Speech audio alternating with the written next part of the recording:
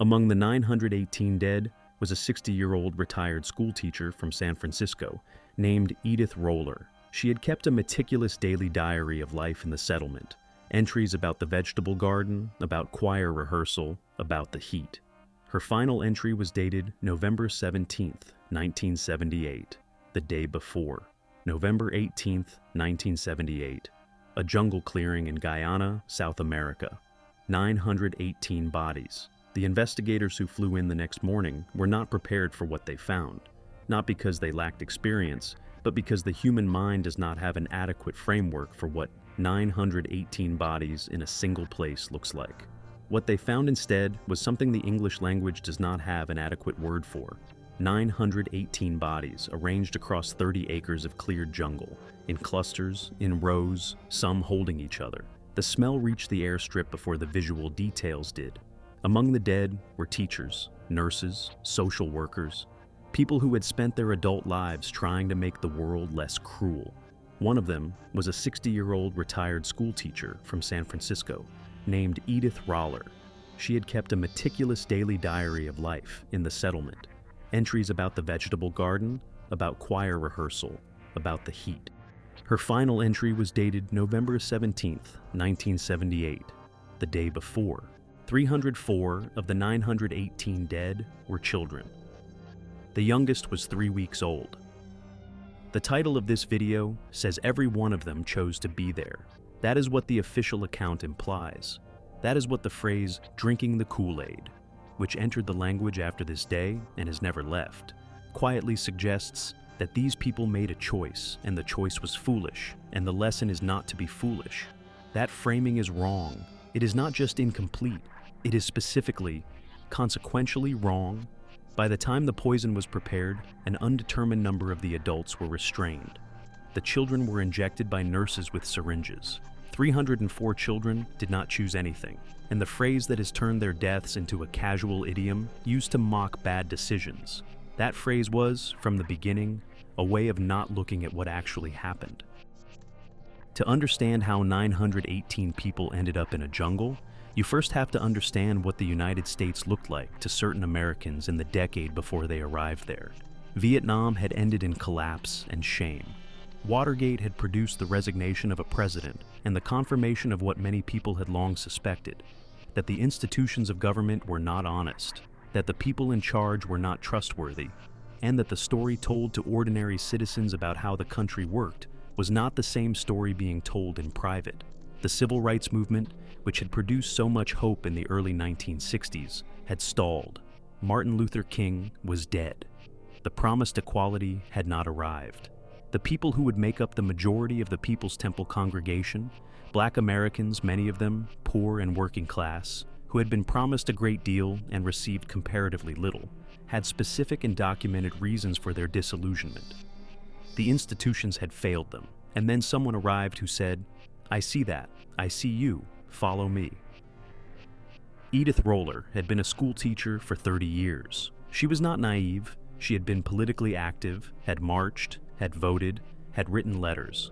But by the mid-1970s, she had begun to feel, as many people around her felt, that the structures she had trusted to move the world towards something better were failing. When she first attended a People's Temple service in San Francisco in 1973, what she experienced was not a cult. She experienced a racially integrated congregation that ran food programs, that visited prisoners, that advocated loudly for the people the city ignored. She wrote in her diary that she had finally found people who are actually doing something. She was 65 years old when she moved to the jungle settlement in Guyana. She brought her books. James Warren Jones was born in 1931 in rural Indiana. He was a person who understood from a very young age that people's most powerful need is not safety or money. It is the feeling of being seen and known. He learned to provide that feeling. He could enter a room full of strangers and, within minutes, have each person feeling that he had perceived something about them that no one else had noticed. This is not a mystical gift. It is a learnable, manipulative skill. Jones had refined it to a degree most people will never encounter in their lives. He was also, by the mid-1960s, a functioning drug addict, possibly psychotic, and capable of extended periods of both extraordinary charisma and profound cruelty. sometimes within the same evening service. He was right about what these people needed. He was not safe with that knowledge. By the mid-1960s, Jones had developed a practice he called healing, apparent miracles performed in front of his congregation, cancers cured, blindness reversed. These were staged, the people planted in the audience, the props prepared in advance, the acts rehearsed until seamless. But the function was not the miracle itself. It was what the miracle proved. If Jones could heal the sick, his authority exceeded the rules of the ordinary world. Each fake healing was a step in a methodical process of placing himself beyond accountability. The congregation who wept and praised had not been fooled. They had been given, temporarily, something they desperately wanted to be true. That is a different thing, and it is significantly harder to walk back from. The first people who joined were not joining a cult. They were joining a racially integrated progressive church that ran soup kitchens, drug rehabilitation programs, and prisoner visitation services in a city that provided almost none of these things itself. The early members were teachers, nurses, social workers, people who had already spent their lives trying to make the world less cruel. They looked at their options and concluded, reasonably, that this was the most effective vehicle for the values they already held. The decision was not a failure of judgment. It was, at the time it was made, an entirely defensible exercise of it. Every step made sense. That is the most frightening thing about this story. Not how extreme it was, but how reasonable. The escalation was gradual enough to be invisible. First a service, then a weeknight meeting. Regular attendance became expected rather than voluntary. Financial contributions were encouraged, then required. Members were asked to sign documents, loyalty pledges, confessions of past wrongdoing, letters that could be used against them if they left. Each step was presented in the context of the step before it. There was no single moment at which a reasonable person looking forward would say, "This is the line," because the line was always behind them. It had already been crossed. They were always looking forward. Inside, People's Temple. By the mid-1970s, several mechanisms of control had been fully established. Members worked long hours for the organization. Sleep was routinely reduced. Services ran through the night. Members woken for emergency meetings. The exhaustion making critical thinking significantly harder. Contact with outside family was monitored and discouraged. Members who expressed doubt were subjected to hours-long group sessions Jones called catharsis meetings.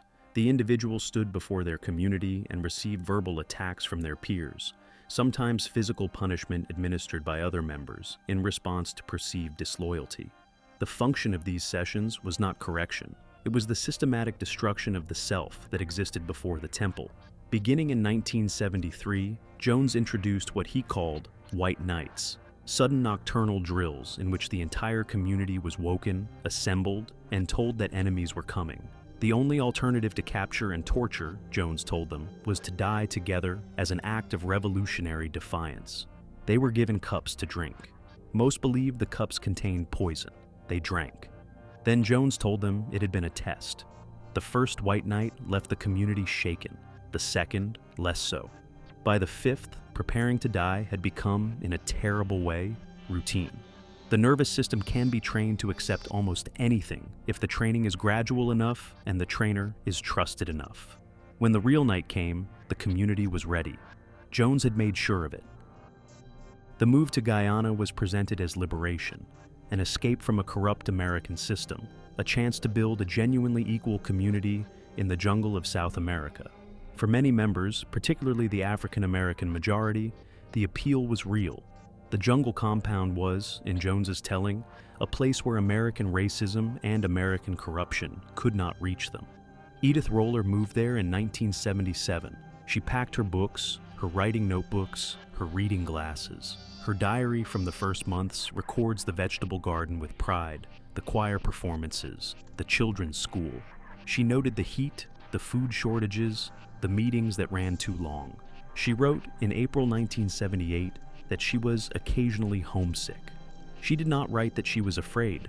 Either she wasn't yet, or she knew the diary might be read. By 1978, Jonestown housed over 900 people in conditions that bore no resemblance to the promise. Housing was grossly inadequate. Food was strictly rationed, while Jones ate separately and well. Work hours were brutal. tropical fields, followed by mandatory evening meetings that ran past midnight. Mail was read and frequently intercepted. Armed guards patrolled the perimeter, their weapons facing inward as much as outward. People who requested to leave were initially told they could, then they weren't. The jungle was the wall that physical walls hadn't needed to be. The nearest town was miles away. The nearest American consulate was in a country that was not inclined to help. On November 17, 1978, United States Congressman Leo Ryan arrived at the compound with journalists and a group of family members seeking contact with temple members. Jones allowed the visit because refusing a sitting congressman was impossible. He performed normality with extraordinary skill, staged entertainment, smiling residents, the appearance of a thriving community. That evening, as Ryan prepared to leave, 15 members quietly approached him and asked to leave with the delegation, then a few more. By the morning of November 18th, the group heading to the Port Kaituma airstrip had grown to 33 defectors. That number was the trigger. At the airstrip, as people boarded the planes, a truck from Jonestown arrived. The men inside had guns. They opened fire on the group.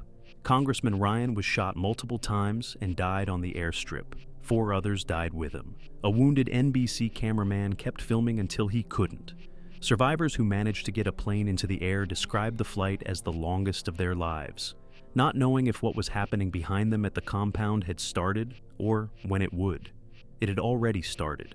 Jones had called his community together before the shooting at the airstrip had even ended. The poison was already prepared. It was a mixture of cyanide, sedatives, and powdered flavor aid. Not, as the phrase that came out of this day suggests, Kool-Aid. The distinction matters because the phrase does not. Drinking the Kool-Aid has become a casual idiom for following a foolish idea. And in becoming that idiom, it has quietly completed the work of misrepresentation that began the day after the deaths. The suggestion that what happened was a choice, freely made by people who should have known better. The children brought forward first did not choose. The nurses with syringes did not ask permission. And a significant number of adults, the forensic record shows, were restrained. A 44-minute audio recording was found by investigators still running in the compound recording booth. It is called the death tape. On it, Jones addresses the community, describing their deaths as revolutionary suicide, protesting the conditions of an inhumane world. Babies can be heard crying in the background. A woman named Christine Miller argues with him, the only recorded voice of dissent in the final hour. She argues that they should go to the Soviet Union, that there is another way, that they should fight. Jones dismisses her. The crowd tells her to sit down. She eventually does. The tape runs for another 40 minutes after her voice disappears from it. The official account calls what happened on November 18th a mass suicide. The forensic evidence complicates that description significantly. A substantial number of the 918 dead showed injection marks on the upper arms, including children too young to have administered anything themselves.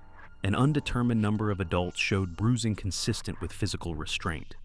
The medical examiner's findings were documented, filed, and then largely absent from the public account of events. The distinction between mass suicide and mass murder is not semantic. It determines how many of the 918 people made a choice. The forensic record suggests the answer is considerably fewer than the phrase "drinking the flavor aid" implies. The FBI files on People's Temple run to approximately 80,000 pages. A substantial portion of those pages have been withheld in their entirety under national security exemptions. Not historical archive exemptions, but national security exemptions. For a case involving a religious organization and a mass death in 1978. The State Department files from the period include materials that have never been made public. Researchers who have filed Freedom of Information requests describe the standard pattern, partial releases that answer minor questions, continued classification of the materials that would answer the significant ones. Why a religious leader and his congregation require a national security classification 45 years after their deaths has not been officially explained. That fact is more unsettling than any theory that could be offered in its place. November 18th, 1978. 918 bodies. The same aerial photograph as the beginning of this film. But now, the viewer carries what they did not carry before. The clusters of figures on the ground are not strangers. They are the people from the soup kitchen, from the integrated church service in San Francisco, from the community meal after the civil rights meeting. The children in the arms of adults are the children of the nurse who thought she was building something worth building. Edith Roller is somewhere in that image. Her diary was found in the compound by investigators. Her glasses were found nearby. Her last entry, November the 17th, 1978, the day before, records the weather, a meeting that ran long, and a note that she had finished the book she was reading and needed another. The question is no longer how. The question is, could it happen again? The title of this video said every one of them chose to be there. That was a lie, and it was a useful one, because it made the story about them and not about us. About their gullibility and not about the conditions that produced their need. The people who followed Jim Jones were not a different category of human being. They were people who were lonely, who had been failed by institutions, who found a community that, for a while, genuinely for a while, addressed something real. The horror of Jonestown is not that it required extraordinary weakness. The horror is that it required nothing extraordinary at all. Jonestown was not an aberration. It was a mirror. The conditions that built it have not changed. If you enjoy dark mysteries and forbidden history, subscribe to the Black Archive.